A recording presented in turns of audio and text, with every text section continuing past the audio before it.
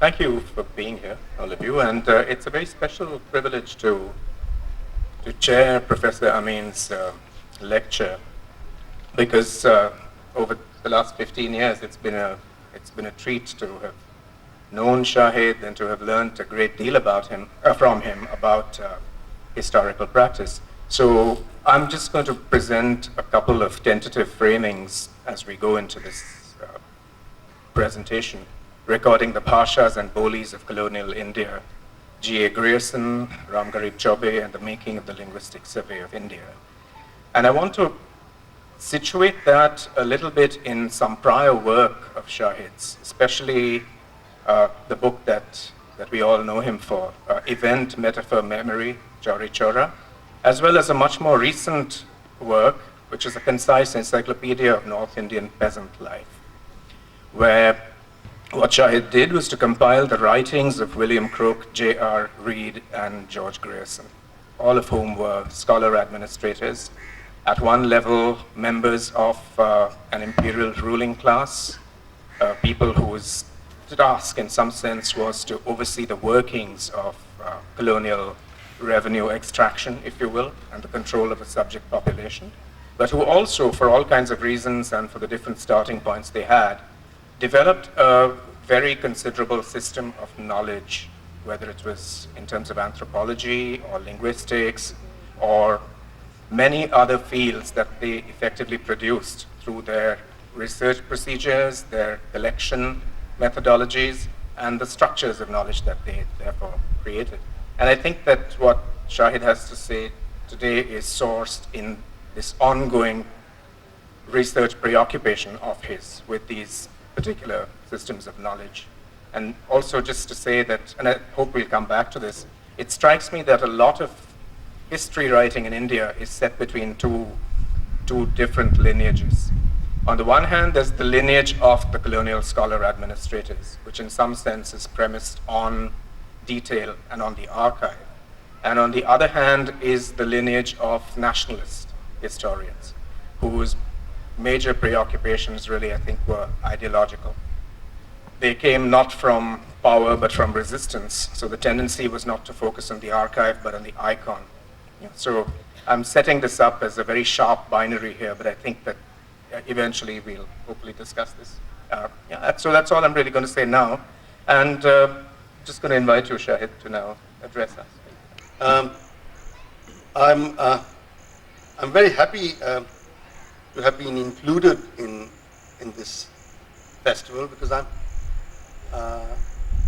I did do arts, but of a different sort than is on display over here and is under discussion.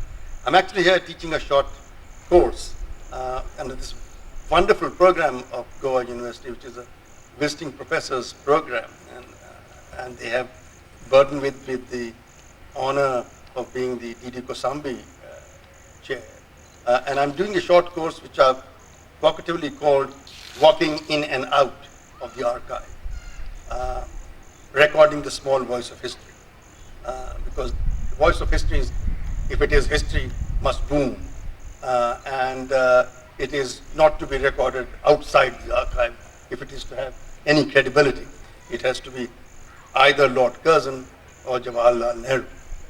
So this is really a little cameo piece which I thought might interest some of you.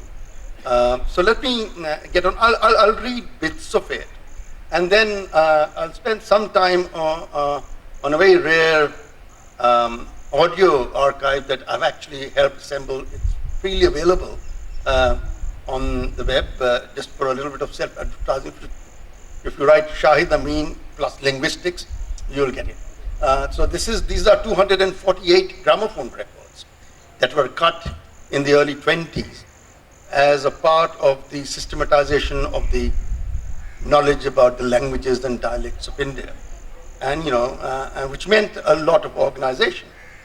First of all, the only recordist that was available was an English recordist, and meanwhile the First World War intervened, and people had actually to be paid and brought together at a place where the horn, the recording horn, could protrude into their consciousness. So though we have 240 records about all sorts of languages and dialects, they were recorded at 10 to 15 central places. And the introduction is in the tone of a very high-pitched English recordist recording it. And now sung in Bhojpuri by Raja Shiv Prasad of Basti district, that sort of thing. So there's the contrast between the introduction and somebody singing a bhajan, which is Kaise Ayo More Bakhariya Batade Kana Mo.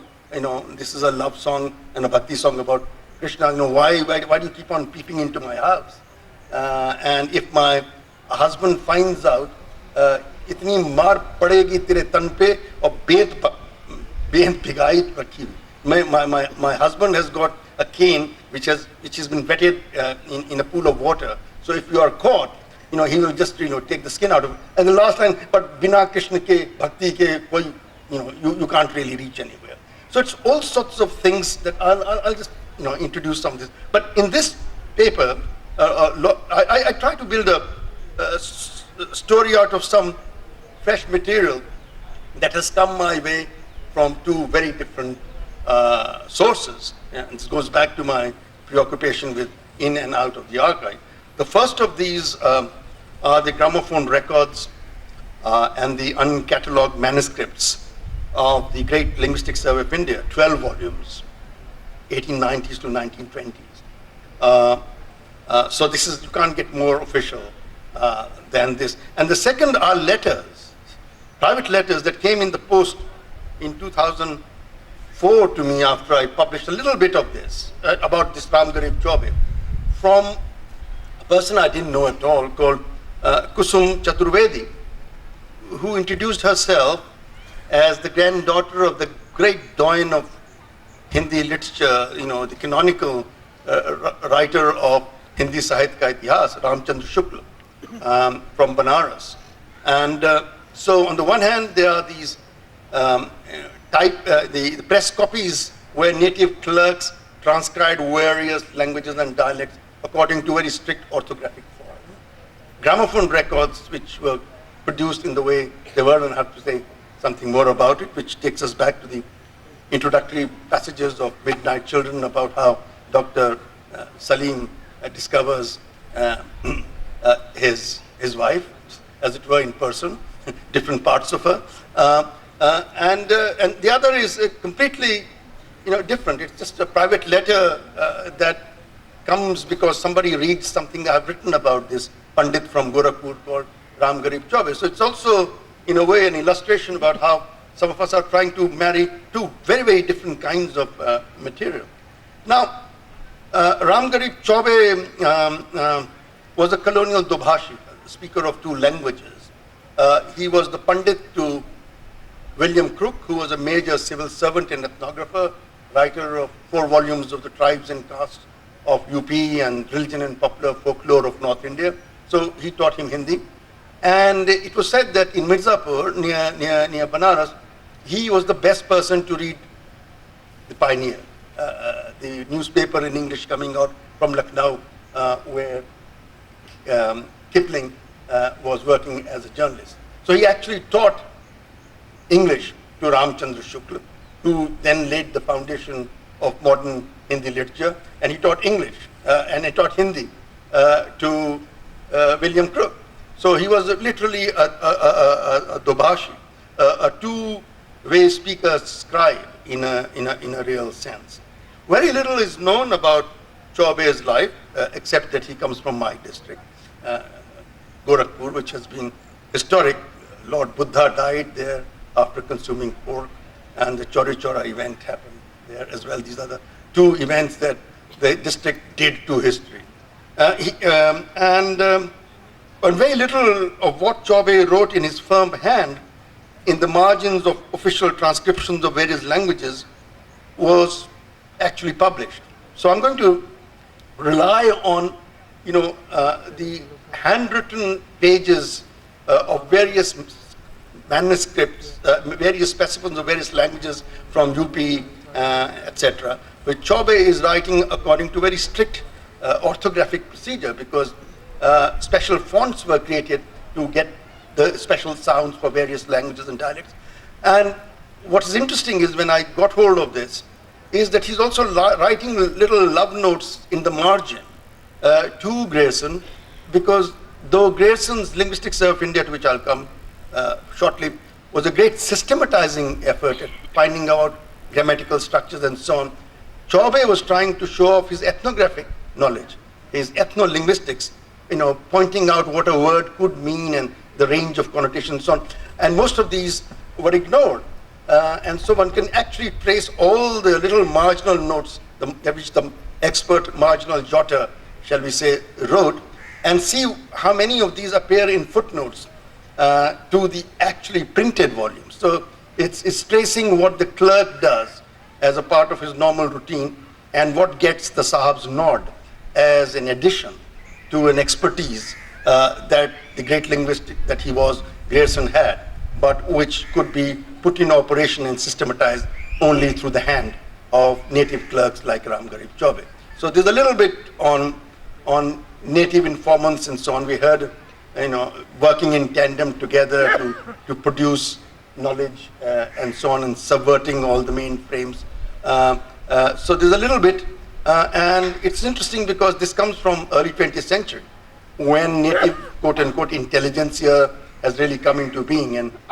But the fact is that there were natives and there were Sahabs, and they remained for a very long time in India, despite we might be very interested in saying, no, there was a big collaborative exercise, but this is an illustration of that.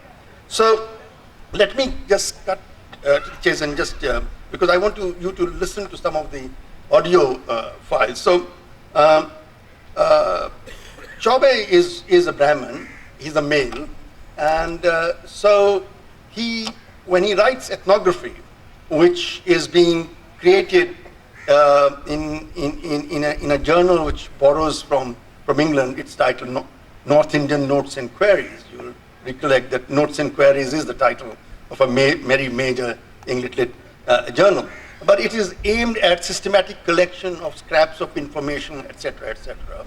And the overall perspective, as with ethnography in the late 19th century, is that Western-induced change is going to completely change native mores and behavior. So this is the time to actually record that. So that ethnography, which is the recording of the traditional, discovers the traditional because it is very sure as a scientific discipline that, at least in India, under colonialism, these things are going to disappear, and Chaube plays an important part. But he's a Brahmin and he's a Dubhashi. He's really implicated with officialdom. So what he writes, of course, apart from the obsequious motifs in it, is really informed by what is tenderly called subject position of this person. I'll just read one passage to just show how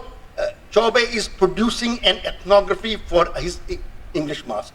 He's not just producing an ethnography, but for an English master. So he's describing various kinds of cloth and to his master and major employee, William Crook, in retirement. And this is a pathetic letter written on several sized papers, which it seems that he himself posted in 1900. And Crook, in retirement, had asked him to describe various kinds of cloths, so to be found in North India. There's 20 pages. And at one place, he describes a karanga sari, East UP single-colored sari. And he says, women make saris to go bathing in sacred streams or to Mela. But the women who use ekranga saris are low caste. In going from the natal village to the in-laws, or vice versa, they also use these kind of saris. At Chunar station in Mirzapur, your worship, that is William Crook, saw a woman of this class and jokingly pointed her out to a gentleman with the remark, how far above cattle are this class of native women, quote unquote. Trying to build up upon this affinity, Chaube then freaked out, as the contemporary phrase would have. And he tries to now show how close they are to cattle. Their hair pasted together with an objectionable sesame paste, their forehead up to the nose painted like an elephant, the hands, the feet with silver handcuffs and chains on, their nose pierced and clumsily adorned with a heavy nose ring, their necks weighed down by heavy silver weights, their face covered with long hanging veils. These daughters of India really excite laughter, then pity in the hearts of all thinking men, unquote. So this is, really sucking up to the Sahab, but he produces first-rate ethnography, but there is a way in which he is trying to stand outside the society that he is describing. Now let me just come to the Linguistic Survey of India, where we know that Ramgharib Chaube joins the LSI, for short linguistics, as a clerk on 24th September 1898 at a rather high salary of 45 rupees per month, which goes up to 50 rupees very soon, when Chaube begins to be called clerk and translator in the Linguistic Survey of India. The Linguistic Survey of India, LSI, was very much Grierson's, the linguist Grierson's, who was also an ICS officer's brainchild. A resolution adopted at a major Oriental conference had pressed upon the Indian government to record the various languages and dialects. It was primarily to be a collection of specimens.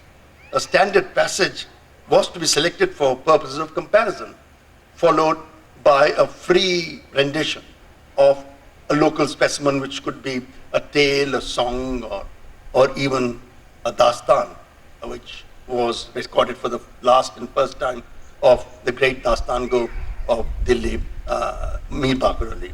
But it's very interesting that the template passage had to be selected for everybody to produce a specimen of the same passage, so that you can see the variations in grammatical and lexical structure. And the template was, quote, to be a version of the parable of the prodigal son, with slight verbal alterations to avoid Indian prejudices. So of course, the fatted cow, and makes sense today, had to be just fatted whatever. So the reason Grierson, the linguist, coyly remarked in a footnote was that, quote, this parable contains the three personal nouns, most of the cases found in the declension of nouns, and the present, past, and future tenses of the verb. So, but the fact is that, not everybody who was a speaker of hundreds of Bolis and Bhashas knew the parable son tale by heart. So there had to be a regressive kind of a translation. So a Hindi translation would then be translated, will be given to educated natives speaking Bhojpuri or Banarsi Hindi or Patna Hindi, and then they will convert it into the local dialect. So what we find as specimens of local speech is actually not what, it's not like, Satyanarayan ki Katha, in East UP, or Babuji ki Gatha in Rajasthan. This is a translation from a standard language into the Bolis and dialects. And Chaube is actually doing these translations. And very soon, Chaube then becomes the highest paid native and becomes a very important presence working in the camp library of the Linguistic Survey in Shimla. And we get very interesting evidence of his asserting his linguistic and ethnographic authority, so he is allowed to take down notes from the books available in the library to write his own little text on Indian languages, which is interestingly called Bhasha Vigyan Ankur, the Vigyan ki Ankur of Bhasha, Nij Desh ke Balakon ke Laab, teaching linguistics for the school children of India. He also procured sundry things that the office or the two chaparasis needed. A bill dated early 1899, records the payment to Chaube for expenses incurred for telegram, ink bottle, jharan, gum, twine, matches, and a book costing 4 rupees 4 anna. So it's not just a mere clerk. He's really operating in between the Sahab and everybody else. Similarly, sometimes the chaprasis receive the salary through him, especially if some money has to be deducted. So we have a receipt of Tulsi Ram Chaprasi receiving 7 rupees pay in early 1899 with 1 rupee, quote, as my pay for lighting the angethi, the brazier, and keeping the library in the office clean and warm, received from Ramgharib Chaube, the receipt says. So the requisite accent on angethi in accordance with the LSI orthography makes it very clearly the handiwork of Chaube. And when there is a query from the accounts department that how can you use the more expensive charcoal instead of the usual patthar ka koila, Chaube actually gets Grierson to write a little note saying this was absolutely essential. So, he's got some element of freedom regarding what kind of coal to use to heat the offices. So, he's an important person. Let me just put it this. So, what we find is that, and it's a very interesting survey being written because Grierson has been given special leave and he's retired to his cottage in Surrey, in Cumberland. And every week or month, the entire, specimens written in handwritten things has to be sent for his consideration to England and instructions received. And the survey goes on for 20 years. So a telling illustration of the impress that Chaube had left on Grierson is provided by an incidental mention by Grierson in a letter written in 1917. And that takes us to the gramophone records. As soon as the LSI volume had started rolling off the press, Grierson had been busy lobbying the government in India to have specimens of local dialects recorded. This would serve as authentic specimen of variation in speech and dialect for record and for pedagogy. In fact, Grierson wanted some of these records to be recorded on slow speed so it could be taught to ICS probationers. So the First World War. Hello? Yeah. The First World War intervened and these could not be recorded till 1920. So that it's interesting that in the format of these records, the letter that Grierson writes says, the title may be something such as Parable of the Prodigal Son in Bhojpuri, dictated at Gorakhpur by Ramgharib Chaube on such and such date, and so mutatis mutandis. This he writes in 1920, while we know that by all available accounts, Chaube had been dead for 4 years. But an aging Grierson could still recollect his prize assistant's name in a correspondence. To stay with the gramophone records for a little longer, Grierson, as I said, was very particular about the pedagogic value.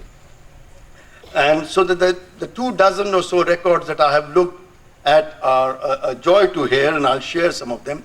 For, as I said, because when you ask, everybody has to do prodigal son. There's no getting away from it. It's like a throat clearing noise for saying, Jai Shri Ganesh or, Bismillah. You have to, say that before you get on to the real stuff. But the real stuff, you have certain freedom. You're asked to sing a song, you can tell a story, you can sing a dangstan, and it's very interesting. And how from East UP, the men are singing women's songs about women's anxiety, which are a part of popular culture. It's which would find resonance, and I'll do the comparison of a dadra sung by Rasulan Bai, for instance. So these are very interesting specimens because when asked to do something of your own, what do you pick up?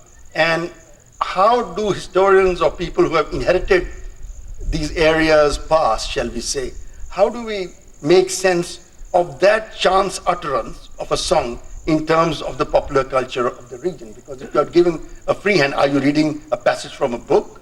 Are you singing a song that is widespread? Are you a trained singer or what? So these are 248 records. There are a lot of them, and for all provinces, of course not Goa, because that's not covered, but there are 25 records of various dialects and Bolis from Bombay presidency, which are interesting, and I'll play one of them. Grierson was very keen that he gets proper pronunciation of Vedic chants, something, as you know, we read in the newspaper today.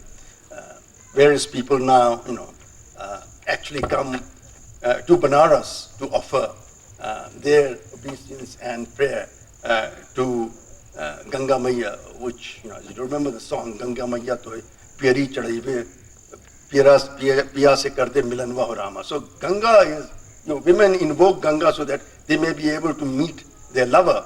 But now, Ganga is obviously available to us at varied level. So Banaras was important for Grierson, and he wanted the Sanskrit accents of both the Maharashtrian, who would say Sanskrit rather than Sanskrit, and the Sarjupari Brahmins who are there. So that he then wrote to the Gramophone Company of India he broached the idea that could we arrange for a Brahmin expert to secure the records, because these are holy words and they can't be uttered technically before a Malacha. So the Gramophone Record Company in England then wrote a letter. I'll read an extract.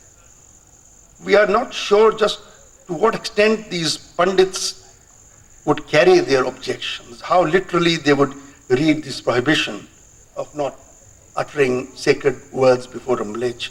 But in view of the value of these records to you, they write to Grierson, we would do all we possibly can towards satisfying their religious scruples. A Brahmin recorder we cannot provide. The Ganganath Jha from Banaras said, these guys will record things from the Veda only if there's a Brahmin recordist. So they said, sorry, we can't, get a Brahmin recorder. But we would arrange for 2 rooms to be engaged to record in. One would be our recording expert and his apparatus, in the other, the Pandits. Such assistants as we would employ to guide them would all be Orthodox Brahmins, and no one but a Brahmin would be permitted in the room. They need not see the recorder, nor need he see them. The recording horn could protrude into the room where the performance is to take place.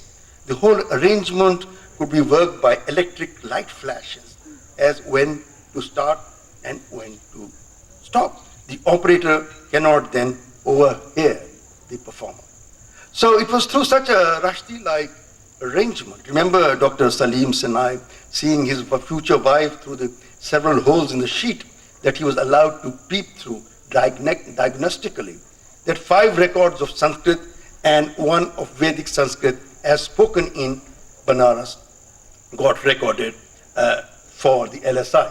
I said that the first record in any dialect or language had to be the parable sung, tale. So here is that from the, have you got the net? Here is a tale which I don't fully follow, but perhaps people who are interested in the linguistic politics and so on of Goa might find interesting. Prodigal Son Yeah. in Company by R.G. Haridat Dawa. Dharwad. ग्रहस्थागर दोघजण भूत आशिले तांतूरपैकी तानु आपणा गेल्या बापसूकडे कोणच्या लागलो आणि मग गेल्या वांच्याक येवची तितले आज ते म्हाका दे आणि ताणे आपणा गेले आज ते तांकां वांचून दिले आणि थोडे दिवसांनी छान पुदू आपणा गेले आज ते सर्व याकडे कोरनो. Anyway, so we can't raise the volume. White चाललेले आपणा गेलो पैसो सर्व वाईट केलो आणि सर्व खर्चना पुढे त्या गावांतून थोड दुष्काळ पडलो आणि कसा गरज पडे आणि तो त्या गावच्या एक ग्रहस्थाकडे कामाक राबलो आणि ताणे ताका आपणा गेल्या साध्यांतू डुकरांक चरोवच्याक धाडलो आणि तो त्या डुकरांनी खावन लागलो. Because you get the idea that this is the first record would be in Bhojpuri, in Avdi, in Maithili, in Bangla, with this. It's the second one that is important. There is, as I said, a great deal of anxiety about going to the in-laws because in eastern UP and UP generally, there is a distinction between Byah and Gauna. You get married when you are prepubescent age, and it's only after some time that you have Gauna, which is going to the in-laws. And there are songs which, one of them, which I'll just play a very bits of it, is Karun kya sakhiri aaye gavanwa.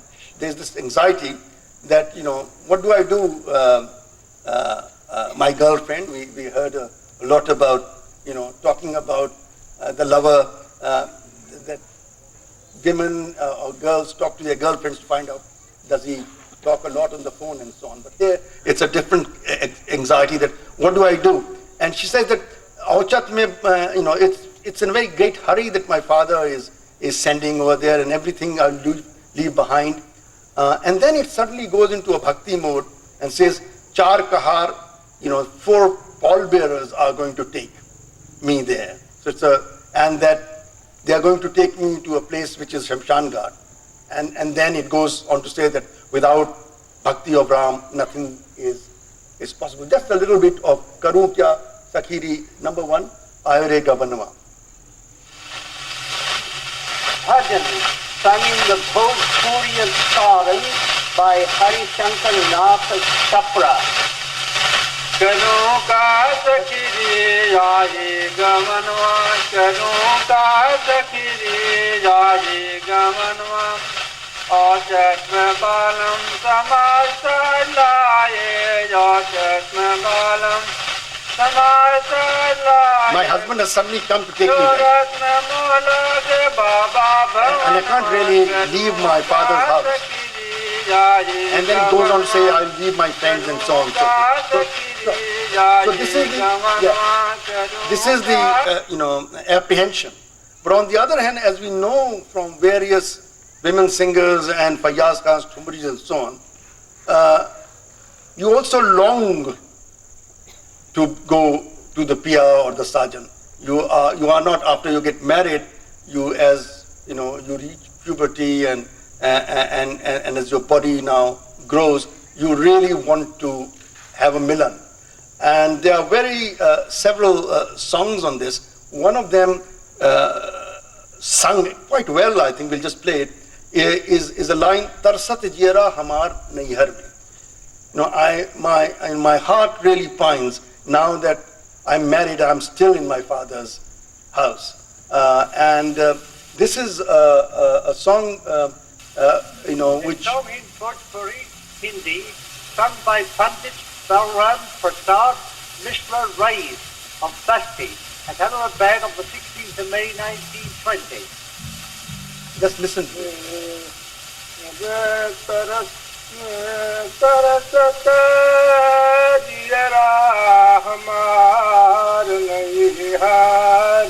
Some training he has got.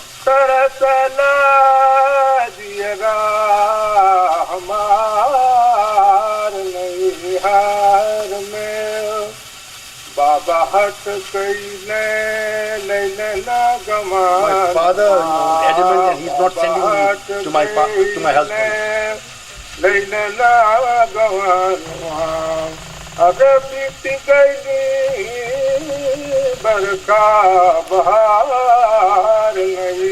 season of Sawan and the rains has just gone past.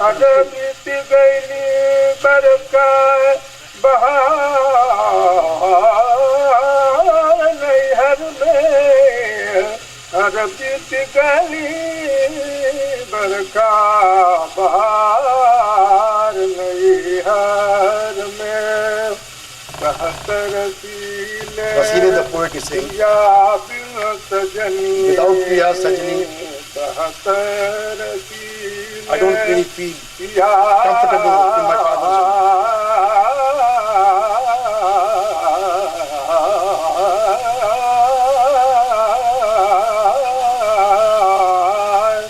कहत रसीले पिया बिन सजनी कदन भवे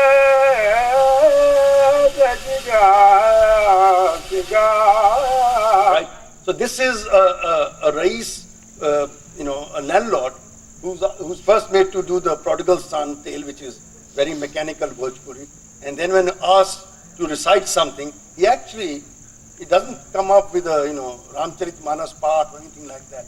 He picks up a very common popular song, which how popular and how important it is for the singing of the earlier Dadra and so on leading to Begum Akhtar is here. And you can perhaps recognize the voice of this classical, semi-classical singer. Yeah, with that other one from...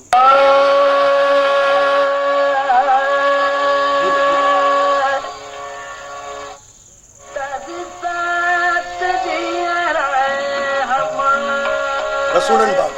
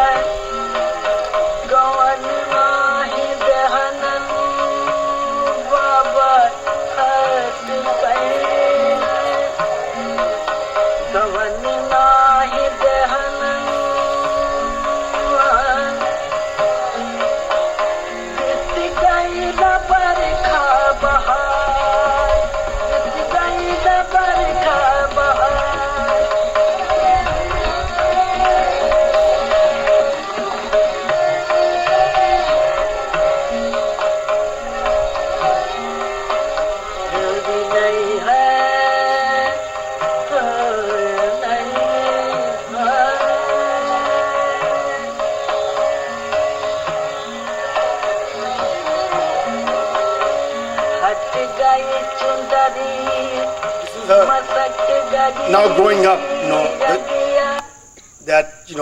my clothes are becoming too tight, and my choli is now getting asunder, and the entire Barkha Bahar, the entire Sawan season has just gone past. So this is Rasulan Bai, and you see for me the difference is a little variation. The Rais says Tarsaila Jira Hamar, Taras Raha Hai. It's present continuous. Rasulan Bai is singing in Avdi, she says Tarasat, which does both for Tarasta Hai and Taras Raha Hai. So now we'll come to the great Dastan Go, Mir Bakar Ali, who really had the whole of Delhi in his grips in the 1910s and so. And purely, and this was a great surprise, when listening to these records in the British Library, I heard this story, which is Story in Urdu. Which is one second. So it is, and this is the only recording of Dastan Goi which has had such a major revival because of Mahmud Farooq. It starts off with Ek Raizada hai Diwana, Barsat ka zamana hai, apne balakhane pe sota hai, etc. The main thing is description, and the other is a rapid inventory of whatever is happening. So let me just tell what. So there is this chap who's sleeping on his multi-storied building during the rains, and the description of the rains, what is happening, and so on, Jhingur, etc. And then suddenly he hears a song, and he goes there. Now this is what's important about Dastan, that you suddenly change the story. So he goes to the song and he sees a big gate. He enters the gate and he sees that there are pahlwans inside, and they are fighting, and they are also laced with all sorts of armaments and so on at the time, and there's a very rapid retailing of that. So you then get involved into these things, and then suddenly it changes again. And somebody says, Sasural bade maze ki jagah hai. The Pehlwans are fighting, and then they say, the in-laws place, as a in-law when you go to your father-in-laws, that's, the Pehlwan. And so this guy comes back home and says, Amma, hum bhi Sasural jayenge. So she says, tum pagal aadmi ho, tum kaise jaoge? That's why I'm not sending you there. You're a complete nutcase. He says, no, but I must go.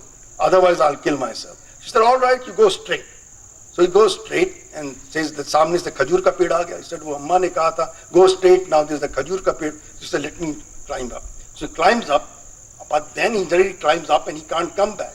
And there are all sorts of animals, elephants and so on going, and and then he has to come back, and then various people help him come back, come down. He doesn't succeed, he falls flat on his face and says, finally, कि ससुराल बड़े मजे की जगह होगी, लेकिन जाने के रास्ते में बड़ी दुश्वारियां हैं. That's the dastan, and it has to be, dastan goes on for 8 days, but this has to be recorded within 3.5 minutes. So Bakr Ali, unlike his rendition, which I'm not playing, of the prodigal son tale, he goes on in his dastan mode to some extent that the fatted cow is not yet in the picture before the record ends. So he has to abruptly end his own retelling. But by that time he's learnt it. And this is a real treat, which all of us have done. In fact, in Delhi at Chausat Khamba, I've done a little cameo of this. To remember it is not very easy. But anyway, here it is. This is Bakr Ali. Story in Urdu, spoken by Bakr Ali at Delhi, 25th of April 1920. एक rice ज्यादा है दीवाना, बरसात का जमाना है, एक रोज अपने बालाखाने पर सोता है कि उस वक्त बारिश थमी, बादल फटा, आसमान साफ साफ निकल आया. वो आधी रात, निखरी निखरी चांदनी, छिटके छिटके तारे, धुरा धुरा आसमान, ठंडी ठंडी हवा, कोसों का मैदान और उस चांदनी में बालाए हवा, टटीरी का सुहाना सुहाना चोर, मजीरों की आवाज, बरसेरे पानी बहने की खलखलाहट, शहर में सन्नाटा कि यकायक इसके कान में गाने की आवाज आई. ये बाहर निकल आया. जब बाहर निकला तो देखा कि एक दरवाजा है बहुत बुलंदोबाला. ये अंदर गया तो देखा इसने कि वहां नाच हो रहा है, दंगल बिकते जिन पर बड़े बड़े पहलवान खोद पौरादी सरों पर उस जमाने के हथियार, कत्ता खाना, शमशीर, सरोही, सैफुद्दीन, चा, खंजर, कटार, तेज, तप, सिकन, कबर, फरोली, जरगू, नैदा, बर्ची, जेरे शराब से तैयार हैं कि आपस में तस्करा हो रहा है. एक ने कहा, भाई ससुराल बड़े मजे की जगह है. पागल ने सोचा हम तो गए नहीं. ये घर आया और अपनी माँ से कहा कि तुमने हमें ससुराल नहीं भेजा. उसने कहा, बेटा तुम तो दीवाने हो, अक्लमंदी की बातें करो तो ससुराल भेजें. इसने कहा, हम तो डूब मरेंगे. इसकी माँ ने कहा, बेटा तुम अपनी नाक की सीट में चले जाओ. गरज ये कि शहर से निकल के बाहर पहुंचा. अब ये चला जाता है कि सामने से खजूर का दरख्त नजर आया. इसने देखा कि लो भाई गजब हुआ, नाक की सीट में आ गया खजूर का दरख्त. आओ भाई इस पर चढ़ो. गरज ये कि चढ़ा. उतरता था कि पत्ते तो हाथ में रह गए, पांव लगे लटकने. अब घबराया कि क्या करूं. इत्तेफाक से पहलवान हाथी पर सवार कमाल जबरदस्त चला आता. इसने आवाज दी कि भाई पहलवान जरा पांव पकड़ो. गरज इस पहलवान ने हाथी खड़ा कर अब जो ऊंचा हुआ तो जस करके पांव तो पकड़े मगर हाथी निकल गया. अबे इसने कहा ये क्या गजब किया. अब इत्तेफाक से सांडनी सवार चला आता. इसने आवाज दी, भाई सांडनी सवार जरा जल्दी आना. चुराते सांडनी सवार आया. सांडिये पर खड़ा होके इस पहलवान के पांव पकड़े थे कि उधर से हाथी आया. सांडिया भी डर के भागा. अब इत्तेफाक से डोम चला आता है. कोई 80-85 बरस का बुढ़ा आदमी, मुंह में दांत नहीं. इन्होंने आवाज दी, मियाँ बड़े मियाँ जरा यहाँ आना. ये बुढ़ा तो ऐसा का तमाम बुजुर्ग बुढ़ा आदमी वहां न होकर जरा हमारे पाँव पकड़ ले. गरज ये के इसने पाँव पकड़े. पागल ने देखा भाई बड़ा बोझ है और चक्कू इसके नीचे से दुलत्ता मार के निकल गया. अब इसने पागल ने कहा, भाई या तो कोई चीज गाओ नहीं हाथ छोड़ता हूँ. ये लगा गाने. सांडनी सवार ने सारंगी बजाई, पहलवान ने तबला. पागल ताल देता था कि ऊपर नीचे किसी की बुद्धि, किसी की पसली. पागल था, सबसे ऊंचा कूदा और भागा. कान पकड़ा कि भाई ससुराल में आराम होगा, लेकिन रास्ते में बड़ी खराबी है, हम तो नहीं जाएंगे. So this is, a specimen of Dastango. And the last song is sung by, in present day, this is GALF, so this is DLF Gurgaon, in Ahiravati and Mewati, sung by Hussaina. Just listen to this. And this is the last of this. Yeah. Number 9. A song in our here body. This is cursing her husband for this sort of the second woman. He's kept saying, I'm not going to come to you or see her, you go to her.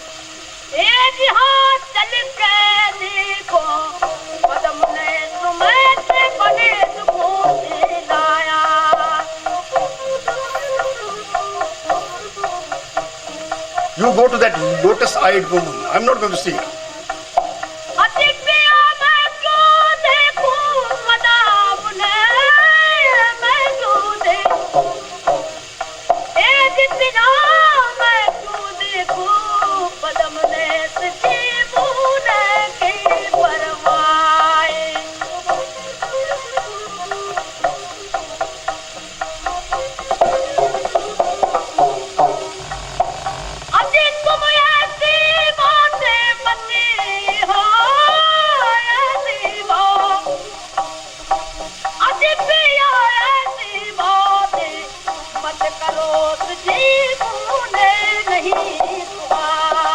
Don't talk all this nonsense to me, I don't like it.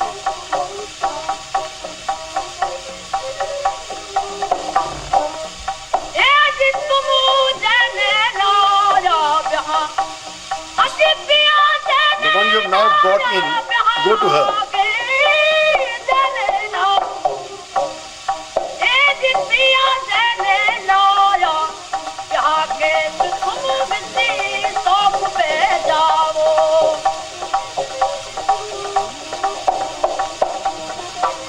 Now Bhakti side. Bhakti and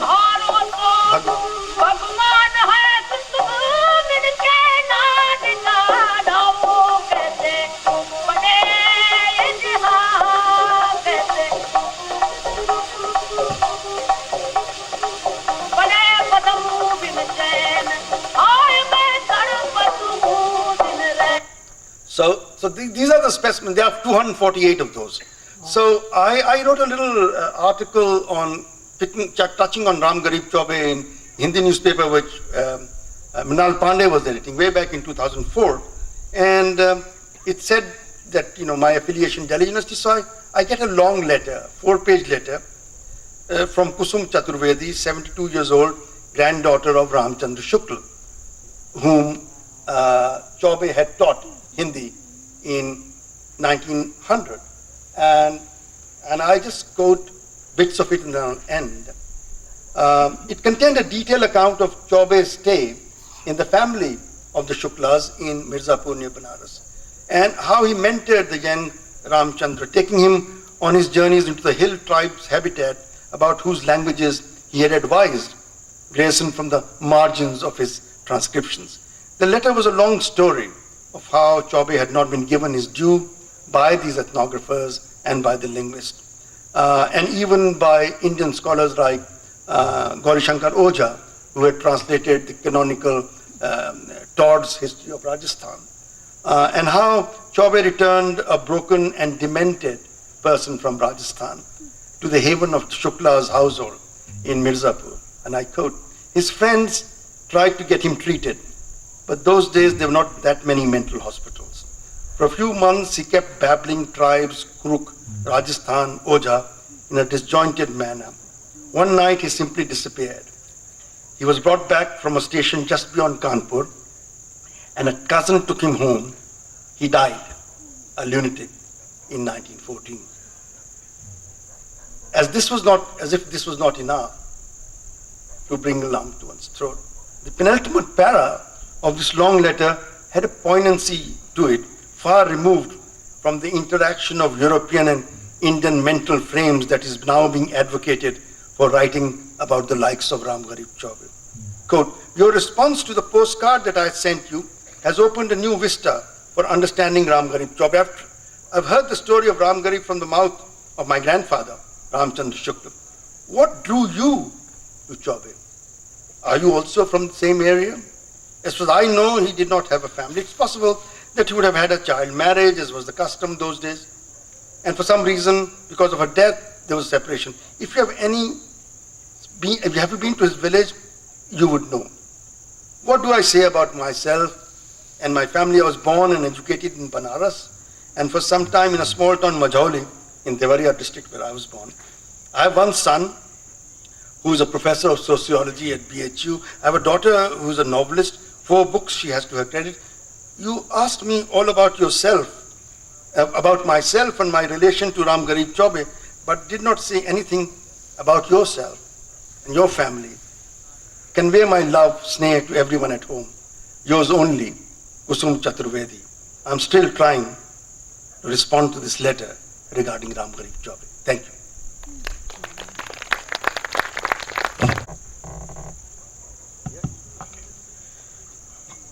Shahid, thank you for an exceptionally rich and stimulating presentation, and for sharing these insights into what I know is a long-term research project for you. For me, 2 things stand out, really, as I'm sure they did for all of you. The first is the pathos of this intermediate figure of the native informant. And as you came to the close of your presentation, that became very, very clear. As a sidelight, I've just been reading Dipesh Chakrabarti's book on Jagannath Sarkar. You find the same kind of dynamic of a certain kind of pioneer who was trapped, if you will, in a knowledge structure that he was a contributor to, but not always acknowledged. So trapped between the people who ran that structure and a rising emergent, what shall we call it, historians aligned with the national bourgeoisie, if you like. Yeah? People who had their own voice, and neither side eventually had much time for this intermediate figure. So I think there's certain pathos and melancholia to that, which maybe we can dwell on a little bit. I'll draw you out a little more on that. The other thing that struck me particularly was how these systems, these attempts to systematize and represent the complexity, the social, linguistic, and other complexity of India were kind of fated to, in one sense, defeat, I think. I mean, there was a great magic to the recordings you shared with us. But I was very struck by the Konkani recording. Because in one sense, I mean, that voice didn't come from Goa at all, by the way. It was a Chitrapur Saraswat Brahmin voice possibly from a district that's today called Dakshin Kannada. So what does that represent? I mean, the aim of a recording like that is to represent, if you will, a certain language and so forth, but in a generic way. But what you get, I mean, this is something I recognize, it's probably true of many other examples in the 248 recordings. What you have instead is a highly specific linguistic trace of a particular subgroup. And in what way can that be universalized to all speakers of that language? Or is it even some kind of phase prior to the notion of a universal, a complete program for that language? So it's a very interesting moment in the prehistory of what will eventually become linguistic states. So I just want to draw you, I mean, there are other thoughts here, but I thought I'd first draw you out on the pathos of the intermediate figure. If you want to talk a little more about that.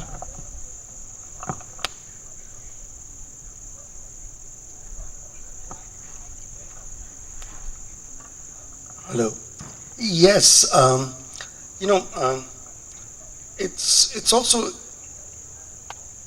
interesting how one actually encounters such figures in the margins of the archive.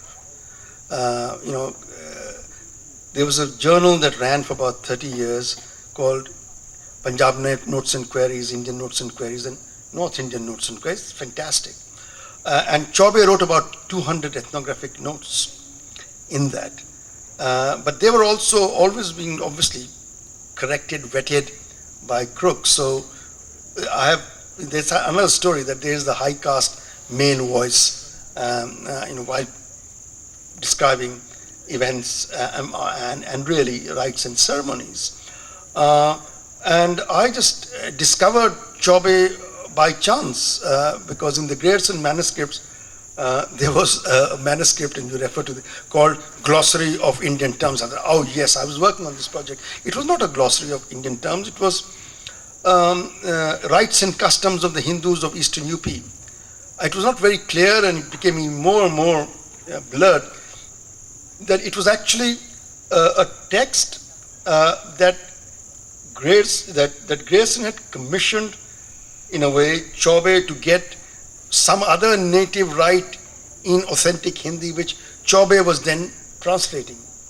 And it was very clear that it is, the author's name is not there, but he gives himself as an example in the ethnographic mode. So, that's where I first encountered him in 1986, and I wrote a little bit about that. And then he suddenly, springs from the margins of this text. I'll just say, so that he says, for instance, he advises, and let me not go into the details about what he's advising and so on and so forth. So this is really, and I'm trying to really do a collected works of Ramgharib Chaube. That's my little, intellectual conceit in response to this new work about Shahid is dead and may he be dead for a long time. Normally you say so and dead, long live, so on so. It seems that, as was said last, that it's no longer sexy to talk about natives and colonial discourse and so on. I'm trying to take it to a different level. It is not epistemic things and circulation of ideas and so on. I'm trying to say that you have to really, have that kind of fingertips, shall we say, to be able to feel the weave, the texture of the language and dialects that are the object of this interaction. Because we all come across these as translations. So I'm really trying to bring it down to a kind of translation exercise that is being done, but all the time trying to keep my ears open to the popular culture. That's what I was trying to do when talking about these songs, that going back to that even if it's a rais, a landlord, who is uttering Bhojpuri, which would not necessarily be the way in which he was talk to his landless tenant, because as ethno-linguistics linguists have said, there is speech varies according to class. There is a Sahab Boli, or even within the same dialect of the landlords, and there's the Moti Boli of the peasant. The landlord can speak both the bolis, but for the tenant to speak the boli of the Sahab is to begin a rebellion which begins with linguistic things and saying Sale Vanchot, things like that. So there is obviously this rais, the Bhojpuri is there for that particular Bhojpuri, but what does he pick? He picks up a song, a woman's song, about the distance in age between child marriage and actually going to the husband. And when asked to recite a free, something that he wants to do. So interestingly, as with the archives, we get a trace of the popular in the rendition of the elite. And then we go back and find, well, Rasul and Bai is singing. Then we are very happy. Women's on record. This is women's voice. We finally found it. But the impress of the popular is such that, especially in a kind of feudal society, that the elite are not untouched by the popular. It's now that we define the popular as something that does not touch the elite. So, in fact, the recording in Konkani, as you said, so that, as it were, it's the prodigal son tale that gives you more of the class. And it is the song sung. Interestingly, the way it is sung is also very interesting, some training, which allows us to talk about the popular in ways and documenting it in a ways which is not available. After all, we know that this song then is so popular in the 1920s that, this is what comes to mind of somebody. Perhaps he's being trained in singing that, because obviously it's a trained singer's voice.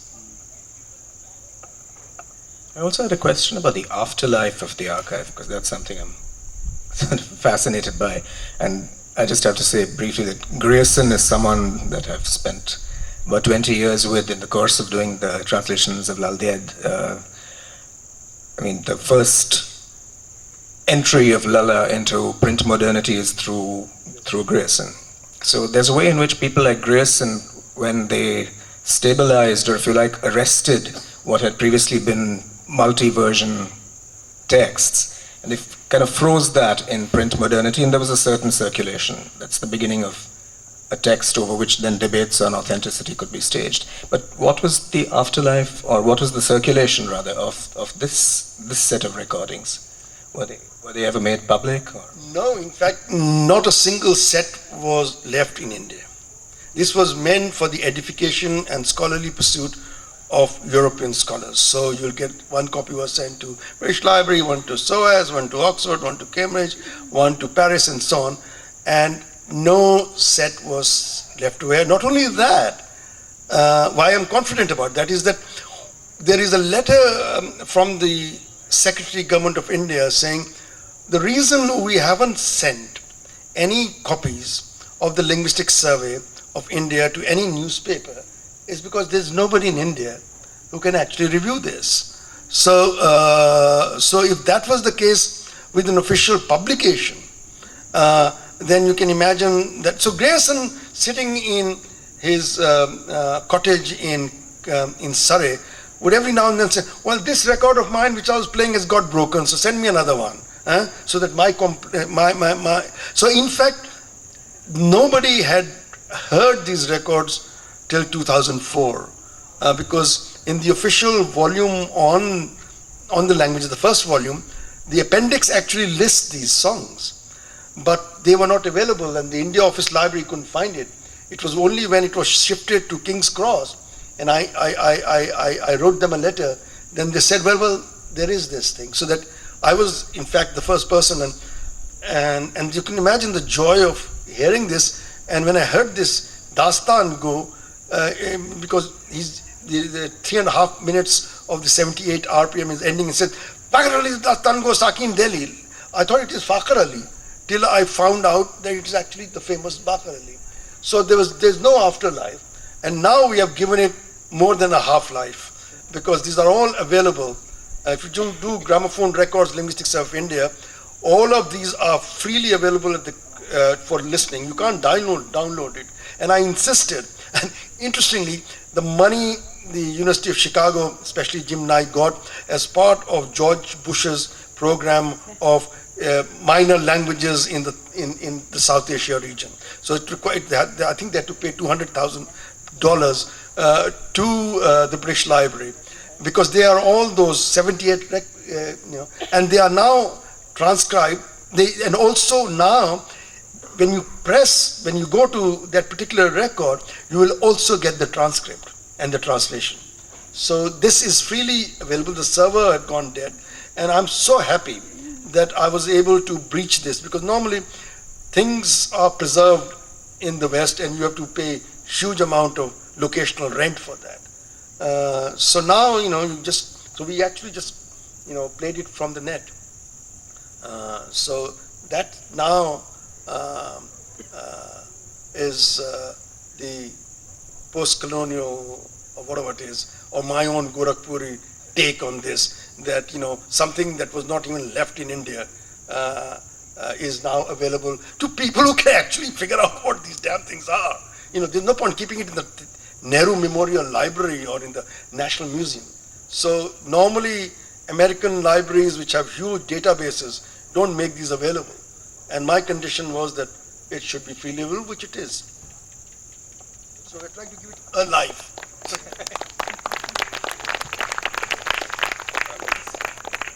Just one more question for me before we move on to questions from colleagues in the audience.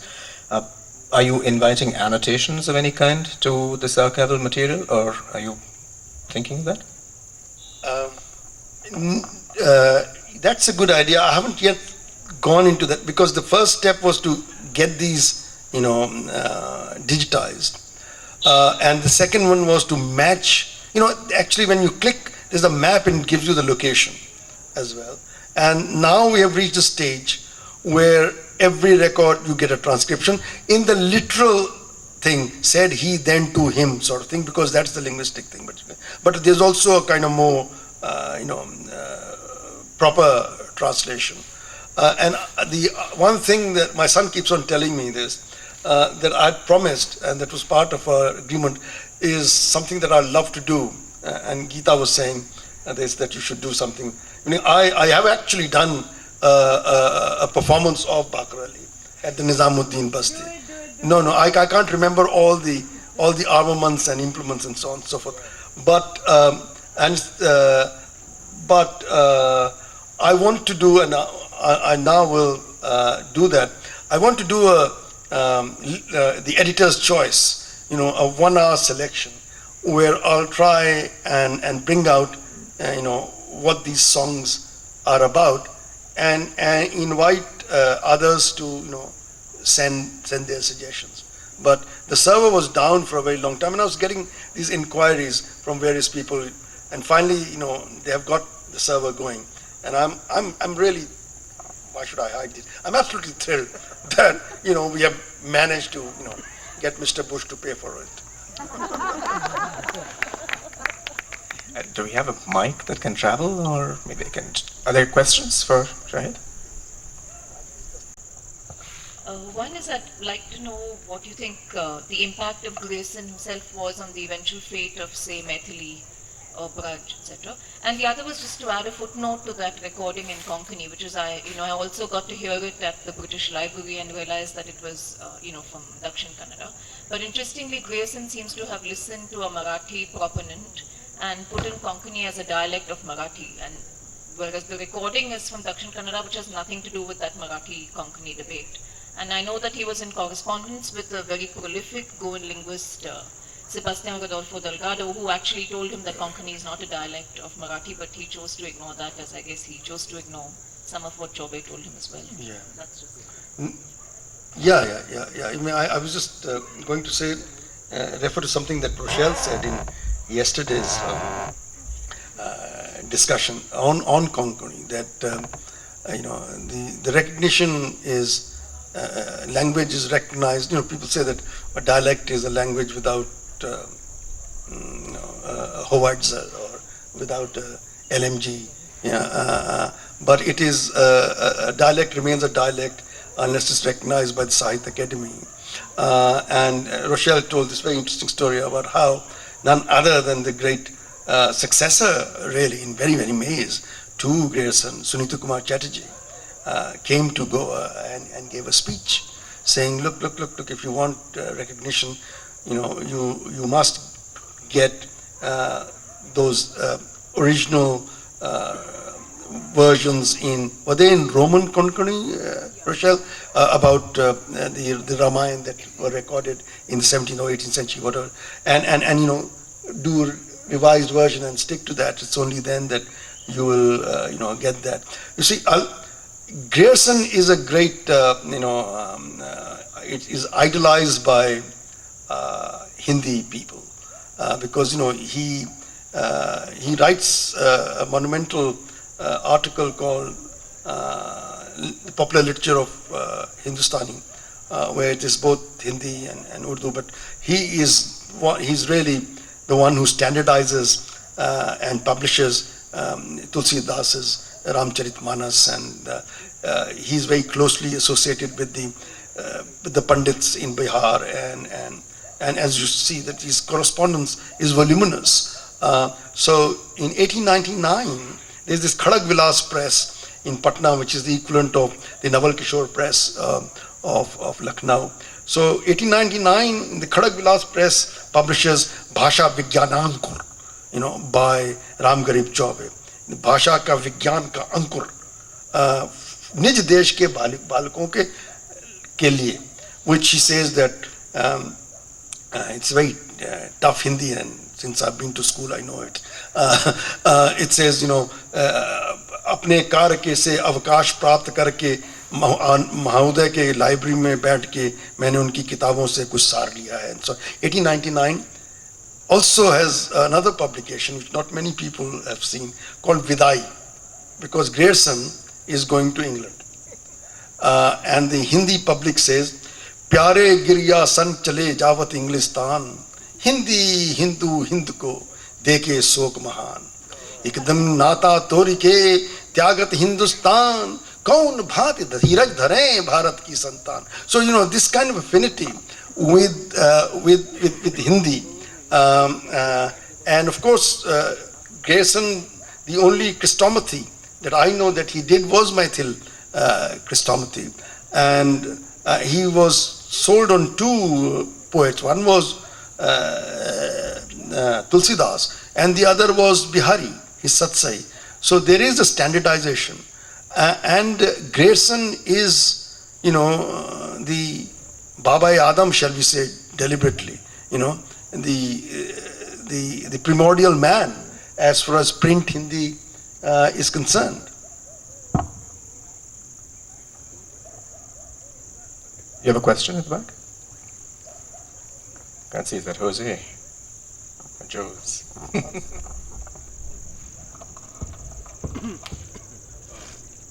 At the Goa Konkani Academy, sorry, I too have been thinking of building up a current day database of Boli, of the dialects, say of Shashti, Andruzi, Bardezi, Pednechi.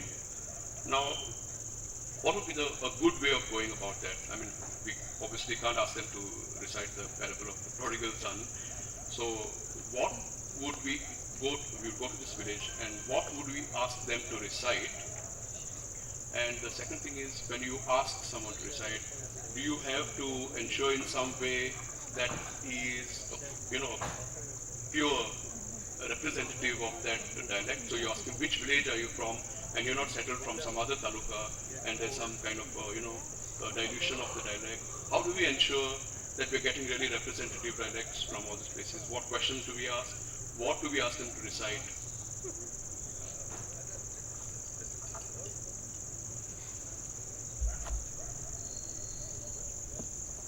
Hello? Yeah, this is difficult. How to get the really authentic natives? Should Bihari Labour be allowed to vote in Samastipur district from Punjab? The kind of I can't really say that. Perhaps everybody should be asked how would they describe certain sections from Uttar Ramcharitmanas, Sita's banishment.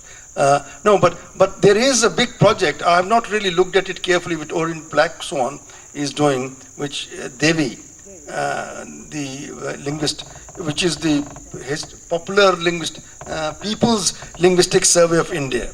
And I've seen some volumes, I've not really looked at it, but they seem to be more of a survey, because if you look at the Grierson volumes, there is a lot of work, because you have to, in North India there is this common saying that both the Boli and the nature of water changes every 6 miles.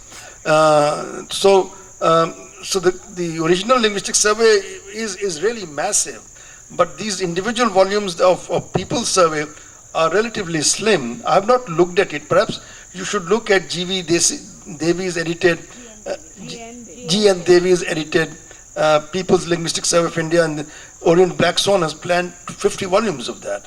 So that might give you the real problem is whether you want to do an ethno-sociolinguistic study or you want to do a linguistic study.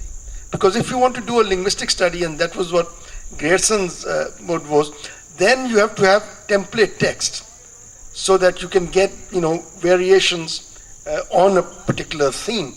But on the other hand, if you want to get a handle on the popular versions or what people say or sing, perhaps it's a good idea to just ask them to remember what their grandmothers told them of a story or a song, or ask them whether it's interesting, given the emphasis on gender, whether they remember any women's song at all. If the landlord of Basti could come up with the Rasulan Bhai Dadara in 1920, the guys from Aldona should be really asked to try their hand at it.